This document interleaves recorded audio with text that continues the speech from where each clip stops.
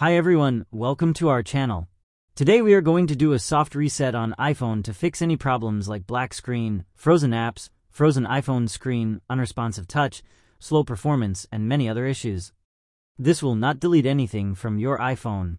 To start, press and quickly release volume up button, then press and quickly release the volume down button.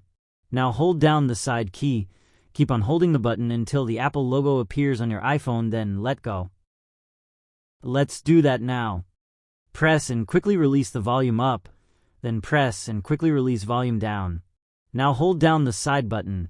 Keep on holding the button until the Apple logo appears on your iPhone, then let go. Keep on holding and do not release at any moment until you see the logo. Release the button once the logo appears. Your iPhone will take a minute to restart. Just wait. That's how to force restart an iPhone to fix any problems, and I hope this helped.